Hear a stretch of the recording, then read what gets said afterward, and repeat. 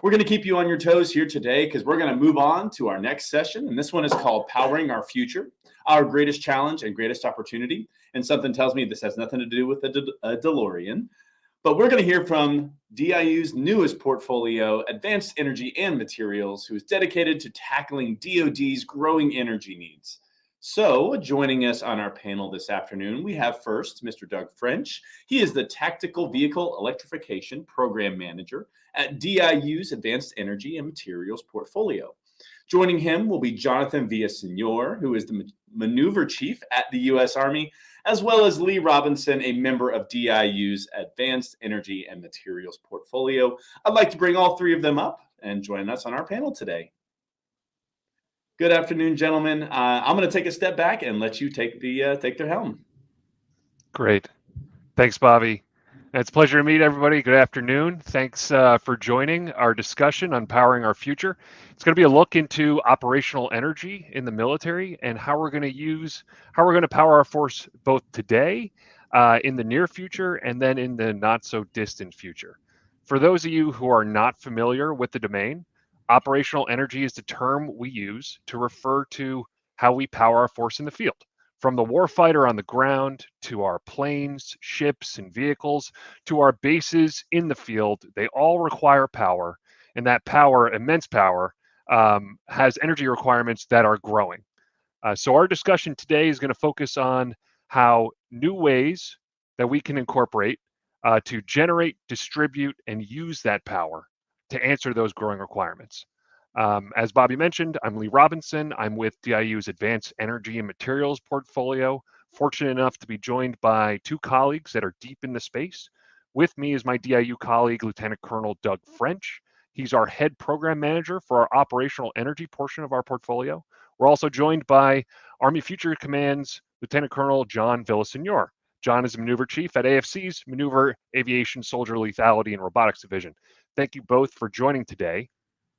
Before we jump in to operational energy, let me make one admin note.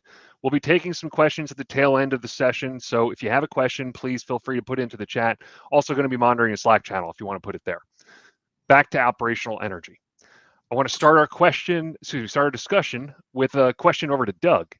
Doug, it seems like every single day I read a new article about battery unicorns or billion-dollar fundraisers for energy or climate tech, considering Defense Innovation Unit is the sole joint organization focused on understanding the current trends in the commercial sector and accessing new technologies from non-traditional vendors. Can you help us make sense of what's happening in operational energy in the private sector? What are the funds? Yeah, sure. Where are the funds being invested, and what are the trends for energy? Sure, I'll certainly do my best here. Thanks a lot for having me on here. Like Dee said, at DIU we leverage private sector research and development trends and the market to move quickly to solve problems faced by the defense community and our troops, but also to expand the defense industrial base. So it really behooves us to know, what those trends are. Specifically in my portfolio, Advanced Energy Materials, we are following trends in obviously the energy sector. So. And so really what that means, what does that mean then? So,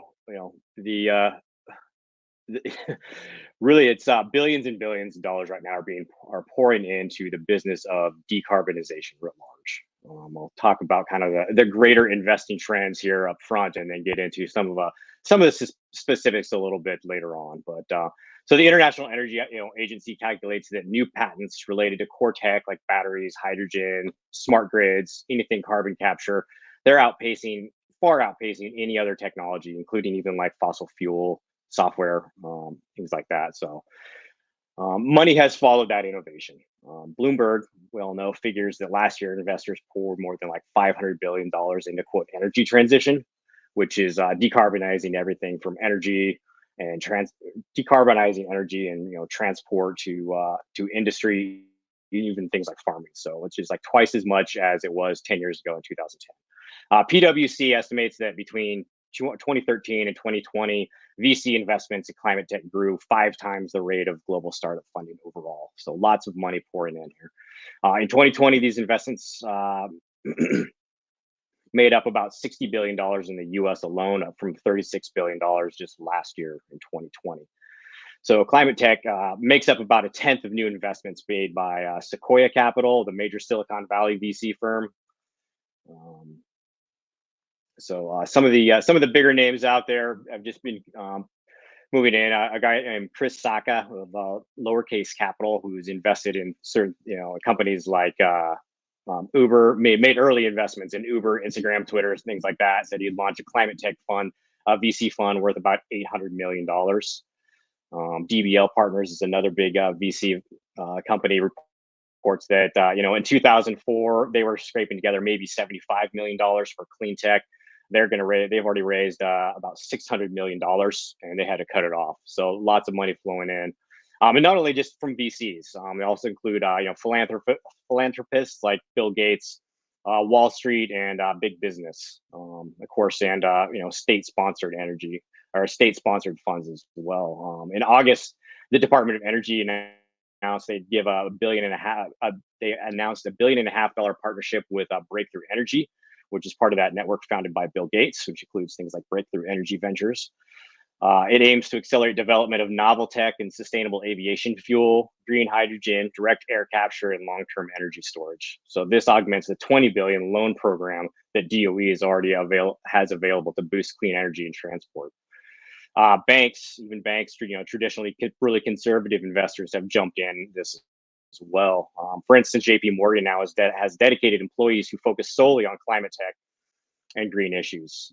It's interesting, they're actually making some smaller loans as well to pre-revenue firms in the sector, and will expand into bridging that finance between VC and project financing for capital intensive initiatives. So that's always a difficult spot for companies to that bridge for young startups to cross over. Many corporate giants are going beyond like commitments like nebulous marketing promises, right? Like being green and net zero corporate pledges, et cetera, so they're investing directly into climate tech. Between 2017 and 2020, they invested $58 billion in this at all. So putting their money where their mouth is. So I'm up here in Seattle. So we've got Microsoft and Amazon up here. Microsoft which we all know last year just vowed to remove all the greenhouse gases they've ever emitted, going back to their founding and more.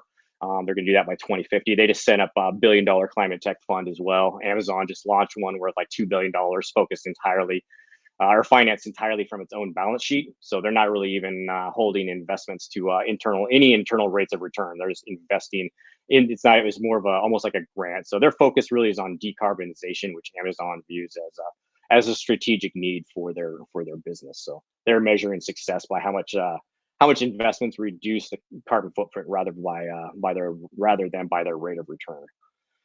Within DoD ourselves here, we have the National Security Innovation Capital, which is part of DIU. It's charged with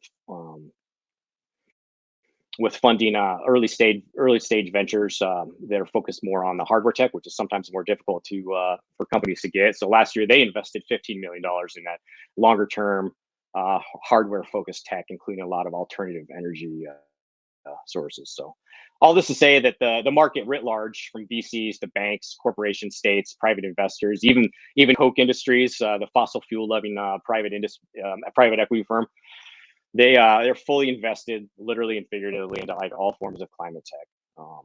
So as such, the DoD is taking notice and is starting to follow suit. DoD is starting to really strategize and invest in carbon reducing tech. Without stealing too much of John's thunder here, we're doing this both for humanitarian reasons, right? It's the right thing to do for everyone, and it also follows directly, the Biden administration's guidance, but also makes sense strategically and tactically, right? Strategically and economic sense for the DoD as it transitions to clean energy.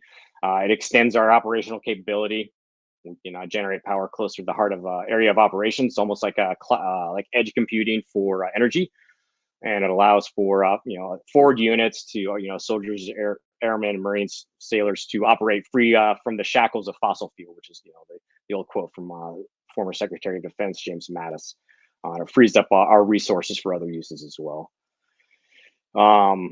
So really, the market is investing in anything related to, to summarize, the market is investing in anything related to decarbonizations, and several areas happen to cross over into to DoD needs. The areas that we're really focused on right now include operational range enhancement, anything from like hybrid tech, which is something I'm involved with right now, hybridizing tactical vehicles for the Army and the Marine Corps, and certainly EV batteries. Tesla, GM, Ford, all the big players have invested billions and billions into electric vehicle power and battery, and we need to follow suit. And then fuel, anything from fuel cells and alternative and on-site energy generation from like hydrogen, biofuel, air capture, etc. So the market is certainly moving this direction, and the DoD is following suit. Thanks, Doug.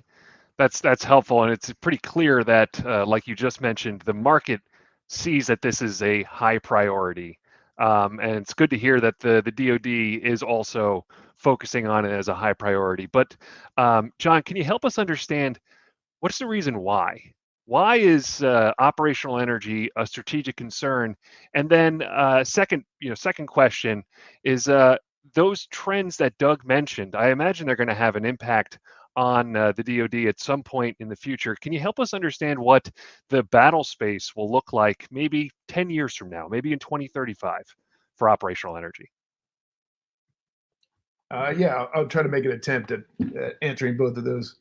And so first off, good afternoon. Appreciate the opportunity to come and talk to everybody. As I was said, I'm the maneuver chief over at MASD and FCC, and we are tagged to be the lead for the Army's operational energy strategy. So this is actually a great forum to kind of like put some of the ideas out there and possibly have a conversation.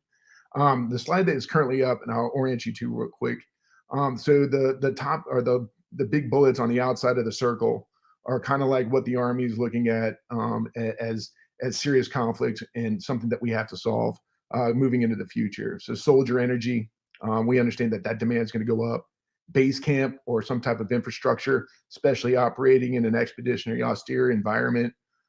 So we're thinking microgrids, energy source and distribution that's going towards storage and power distribution, and then vehicle energy demands. Understanding that regardless of the powertrain, there's going to be an energy demand. And then what that Venn diagram currently in the middle is kind of like is how all of those things overlap.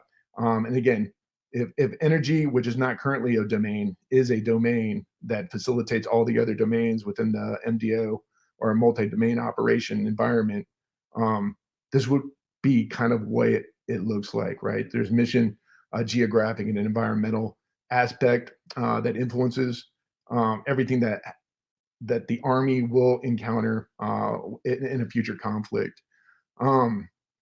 And so my background, to answer the first question is why is energy a strategic concern? It's because everything requires energy, and that's what this slide kind of depicts. To include the soldier, right? He demands class 1 upload, right? So food and water in order to get the energy for him to move, and his personal weapon then becomes carried, and he becomes the platform for that weapon system and all the other capabilities that he will carry. So everything on the battlefield as of right now and forever will require energy of some kind. So I'm an armor guy, and it takes about 500 gallons to fuel my tank. I understand that if I do not plan correctly and I do not use my energy efficiently, at some point my tank, which is extremely lethal, will become a bunker, right? It becomes a static, non-moving bunker with no operational reach and little to no capability. And then at some point, my bunker turns into a coffin. And that's bad, right? And not just a tactical and operational problem, but strategically as well. Because if I'm running out of fuel, that means my organization is, and it continues to disrupt further up the chain. So energy, it is definitely a strategic concern. It powers all vehicles, aircraft, ships, communication suites, protective systems, electrical devices, and weapons. The energy demand will only increase as we implement and operationalize future technological innovations into the military. It becomes a strategic goal then to have a ready and secured energy where we need it, when we need it, and in the form we need it in. Without operational energy considerations, a modern army is very quickly reduced to horse, wind, and foot power. So we basically go back in time without operational energy considerations implemented in our planning. Um, Today and in the foreseeable future, operational energy is essential to our ability to project combat forces globally. This makes operational energy a critical element in all strategic planning considerations and must be resourced and integrated effectively within our war plans. A military's ability to control or exploit energy opportunities or leverage a nation's ability to transport it has determined success or failure to prosecute warfare throughout history. A way to ensure success is to view operational energy not as an enabler, but as a domain that integrates and facilitates the other domains within multi-domain operations. Operational energy is the ecosystem that manages all energy sources. The Army is evolving from a historic framework that viewed resource considerations as constraints on operational effectiveness to a perspective that considers the critical role of energy as a means to mission success. The United States predominance is being challenged across all domains to include operational energy. If our ability to get energy into a contested area is denied, then it quickly becomes a strategic issue, as our political objectives may not be achieved through a military solution. If our near peer and peer competitors sense that the US hard power capability was limited or non-existent due to energy constraints, then our ability to affect others to gain a preferred outcome would be threatened, putting us at a serious disadvantage at best and empowering our competitors to act against us at worst. Additional strategic concerns are weapon systems. We are a force that can project globally, which means extended lines of communication. It takes more strategic lift, boats, and aircraft to move supplies while under threat from anti-access and area denial weapon systems. These systems have increased in capability and are extremely lethal and will create multiple dilemmas across multiple domains. These systems will only become more efficient, and the proliferation to all of our competitors is guaranteed. Another aspect of the strategic or a concern for energy in the strategic realm is technology and manufacturing demand for global resources. They will only increase, and they are, when I'm talking specifically to rare earth elements, which may cause the accumulation and deployment of military power to secure it. All the technological advances in the past 20 years relies heavily on rare earth elements for development and production. These elements are called rare, not because of a lack of abundance, but the limited number of sources you can exploit. Further innovations and technological advancements will require these elements, and without them, our ability to manufacture and produce them may be limited. My point is that fuel that we pour into our gas tanks on its own creates a strategic problem on how we get it there, where we need it, when we need it, in the form we need it in. The strategic perspective needs to be broadened when we discuss energy security, because it includes the materials that create the technology that will carry and secure it and the locations they exist in. All right, so the second part of the question, what will the energy domain look like in 2030 and 2035? What you have in front of you is, and I'll just really quickly orient you, is kind of a glide path. So maneuver CDID down at Fort Benning, Georgia, just had the ELRV, Electric Light Reconnaissance Vehicle, abbreviated CDD, just get approved. So what that means is that the Army is going to invest in this prototype, and it's going to start with the wargaming. So Maneuver Battle Lab down at Benning will start the simulations and start to determine, and all that data will start to determine how they prototype. And you can see it in the near term, 23 through 27, and then midterm 28 through 37, and then far term 38 to 50. But it's really 38 plus. That glide path kind of, and then you can see the big overarching arrows underneath the big arrow, kind of like depicts the glide path that the Army is going to use. We're not tied to this. Obviously, we're just going to use this as a handrail. This is all tied under the Tactical Vehicle Electric ICD, which is currently going through the process of being staffed and then hopefully approved. What that will do is align all the tactical and combat vehicles within the Army on a path towards the transformation from a fossil fuel to some type of alternative energy. Right now, the way it's depicted, the ELRV will be fully electric, starting with a hybridization in the near term, and then transitioning over to a fully electric in the mid to far term. The reason for electric is because we feel that the technology is mature, and that this is a feasible, viable, and accessible way forward for the Army. And then on the far left are different forms of energy that we'll talk to here in a second. So we must decrease unit reliance on fossil fuels, petroleum products, and parts. There's two reasons for that. One, it keeps the logistics footprint smaller. And what I kind of laid out is in an A2AD, or area access, area denial environment, the future battlefield is going to be extremely lethal. The capabilities that are currently being fielded and future capabilities are going to be able to reach out longer, further, and have a more devastating effect on targets. And there's nowhere to hide, right? So as UAS becomes more prolific, more sensors in terms of a ubiquitous sensor field, as we try to gain access into controlled space, they will always know where we're at. The ISR piece, intelligence, surveillance, and reconnaissance assets are only going to get better, especially if they're on the defense and we're trying to actually penetrate. So, having said all that, the lines of communication, the things that need to move along those routes to push supplies forward, are going to be attrited. And so that is a problem set that the Army is trying to solve. And one of the ways to solve that is to frame it through the lens of energy security. And if I was to secure energy, then I have to reduce that footprint, knowing that there's going to be an increased demand of energy on the far end. And that's the rub. So that means we have to transition the Army to an alternative energy. And I kind of laid out ELRV. Right now, because of the technological maturity, it's going to be a hybridization. So, at certain miles per hour, it will kick into a fuel-based, and then fuel-based with a drivetrain, and then at certain decreased speeds, it'll go electric. There will also be anti-idle capabilities, because a lot of the force, when we're static, we need our systems up because we're continuing to observe. And anti-idle seems to be the way forward. So there's mature technology at a TRL-6 within industry that we can implement and operationalize now. And this will increase unit operational reach, endurance, compared to a combustible engine. This will also provide commanders at all levels the ability to conduct signature management, acoustic and thermal, that will make them more lethal at the point of contact. And then there's the parts piece.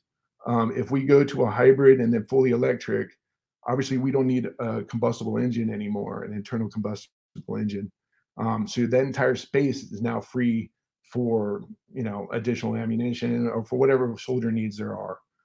Or we make the vehicle smaller and lighter, giving it more capability in terms of reach and the terrain that it can travel upon. And then the logistics piece, if there was two things that tie logistics up, it's the parts and fuel. So having no parts and no fuel moving forward, it frees up that commander, that division through battalion level commander to exploit and to maneuver freely, knowing that he's not tied to his logistics or to a logistics train. The slide also depicts the way forward for electrification. I kind of laid that out, and the TAC-VE. John, thank you for walking us through this. Yeah. And it looks like the broad way forward for the Army is to electrify the entire battle space. And I'm glad you touched on one area where we may be able to tie in with industry. Doug, what about what can we do, say, in the next 1, 2, 3 years to get closer to how industry is electrifying the entire personal vehicle space? Yeah, absolutely. Backboning on what John just said, right? The Army is doing some great work with platforms like the ELRV to electrify the battle space, which really is the future. But the Army, the DoD, is a large organization. It's a big behemoth. It takes a long time to turn. So even if we make the decision right now, which we are starting to say we are going to electrify completely 100%, it's going to take a long time. So we're, that point. So we have that point right where we're at right now with our legacy systems, and the point we're trying to get to in the future, which is like kind of this fully electrified battle space. But we have time and legacy systems that exist currently. So it's things like it's working on things like technology to get us from here to there in the most expedient and efficient manner. So right now, for instance, John mentioned hybridization and idle, which is something that we are working with at DIU, working with the Army's PM transportation systems to hybridize a series of their tactical vehicles, starting with the FMTV, which is like the medium tactical vehicle. It's just it's a transport truck. It's not sexy, but it's ubiquitous. It's the backbone of the Army. The Army has 67,000 of them. So you can see it would take a long time to phase those out. So we're working on a project right now to prototype hybridization of those trucks, utilizing. We've partnered with two commercial companies who are experts in this field, who have been doing this TRL-9 technology, have been putting this technology onto fleets, civilian trucking fleets over time. So in order to reduce that carbon footprint and the reliance on fossil fuels. So we figured that these vehicles, like John said, they've got to run at idle full time in order to power onboard systems. They're spending upwards of 60% of their time idling. So if we can mitigate that, that's a potential 60% fuel savings and a 60% operational increase. So those are the kinds of technology we're looking at things like DIU. Is just bolting on and finding ways to introduce commercial technology onto those legacy systems, whether it be tactical vehicle hybridization or an effort that some of my colleagues are working with to standardize private sector batteries across the DoD, or adding hydrogen fuel cells onto long distance craft that already exist. So just kind of bridging that gap between where we are right now and what we're trying to get to. That's a significant, I think you mentioned upwards of 30% fuel savings just purely from hybridization. That's significant fuel savings. It goes a long way to unhooking the tether that we have right now to fossil fuels. But, we can't wait for 15 years. And it's good to hear that we have things happening in the next 1, 2, 3 years. But what are we going to do in the next 5, 6 years, John, to further unhook that tether? That's a good question. And so the buzzword, at least in my building, right? So in futures, concepts and command, it's the idea of let's not throw new money at old things, to not continue to buy incrementally better versions of platforms that originated back in the 80s. And I think the Army is struggling with that, right? That capability was designed, and it was designed well to fight an enemy that may or may not exist for us right now. And as we try to see how we can become lighter and more expeditionary, these legacy systems are starting to become an anchor for us, right? And so, there's the fight right now is the biggest rub is the modernization piece versus maintaining the systems that we currently have, right, to make them relevant on today's battlefield. And so those are the issues, right? So to answer your question, the next 5 to 10 years, you're going to start seeing an actual push in investment in leap ahead next generation systems, invest in alternative and renewable energy solutions for future tactical and combat vehicles. We're going to start looking at investing in key technologies. We understand that a lot of things have to culminate simultaneously with our ability to transition to alternative energy. And some of those are power generation, power storage, power distribution, and power management. And a part of that that's not listed is to give the ability for soldiers and platforms to monitor usage and to actually change behaviors. That is another thing you'll probably see in the next 5 to 10 years, is this idea that fuel and energy is not infinite. Again, I'm a tanker, so I didn't care about fuel because a fueler always showed up. And it only became a problem when they didn't show up, which never happened. So we have to get out of this mindset that it's always going to show up. Thanks, John. Okay. Thanks, John. So I'm hearing that we're going to be seeing huge revisions to how we generate, distribute, and monitor our usage of energy. Really excited developments. I want to say thank you both to walking us through that modernization strategy. I'll hand it back off to Bobby to set up for the next event.